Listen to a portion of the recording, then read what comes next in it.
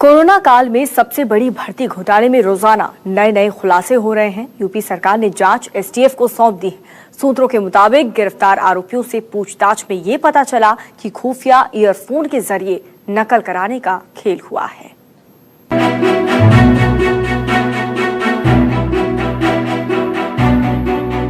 Corona काल में सबसे बड़ी भर्ती घोटाले ने पूरे देश को सन्न कर दिया है। इस मामले में टॉपर की गिरफ्तारी के साथ ही रोजाना नए नए खुलासे हो रहे हैं। यूपी की योगी सरकार ने 69,000 टीचरों के भर्ती घोटाले की जांच एसटीएफ को सौंप दी है और अब एसटीएफ फुल एक्शन में है। 69,000 शिक्षकों की भर्ती घोटाले के मामले में जांच एसटीएफ के हाथ आते ही कार्रवाइयों का दौर शुरू हो गया है। एक के बाद एक 11 गिरफ्तारियों के बाद एसटीएफ ने गिरफ्तार किए गए अभियुक्तों से न केवल पूछताछ की बल्कि उसके हाथ कुछ ऐसे अहम दस्तावेज भी लगे हैं जिसके आधार पर एसटीएफ अपनी कार्रवाई को आगे बढ़ा रही है।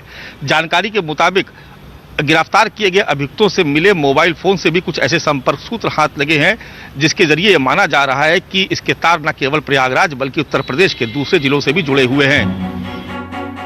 सूत्रों के मुताबिक इस भर्ती घोटाले में गिरफ्तार टॉपर ने कई खुलासे किए हैं। इनविजिबल ईयरफोन के जरिए नकल कराया जा रहा, इसके लिए ब्लूटूथ डिवाइस के इस्तेमाल की आशंका है।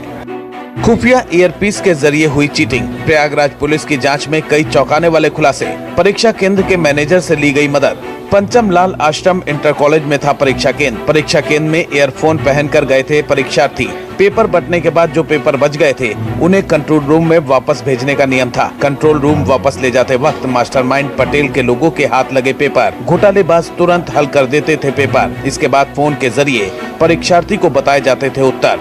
अभी तक विभाग के किसी अफसर की मिलीभगत के सुराग नहीं। परीक्षा केंद्र के मैनेजर के अलावा एक लेखपाल भी गिरफ्तार।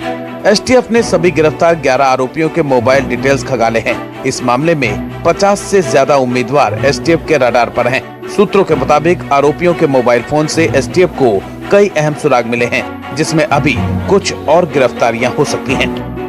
मध्य प्रदेश के व्यापम घोटाले में भी हुई थी गिरफ्तारी। 2017 में प्रतापपुर से निर्दल लड़ चुका है चुनाव। प्राइमरी हेल्थ सेंटर में डॉक्टर था पटेल। इम्तिहान में पास कराने के लिए 5 से 7.5 लाख लिए गए। गैंग ने करीब 50 ऐसे संभावित परीक्षार्थियों से पैसे लिए। एक तरफ एसटीएफ की जांच चल रही है तो दूसरी तरफ अदालत ने भी भर्तियों पर रोक लगा रखी है। इन सबके बीच 69,000 सहायक शिक्षकों की भर्ती का पूरा मामला अधर में लटक गया है। बेरोजगार जो इंतजार कर रहे थे अपनी नियुक्ति का, अब उन्हें लंबा इंतजार करना पड़ सकता है।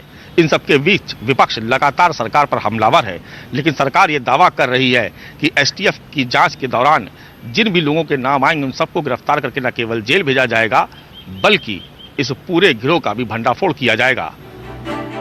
अब यूपी एसटीएफ की टीमें कोरोना काल में सूबे के सबसे बड़े भर्ती घोटाले की जड़ों तक पहुंचने में जुटी हैं।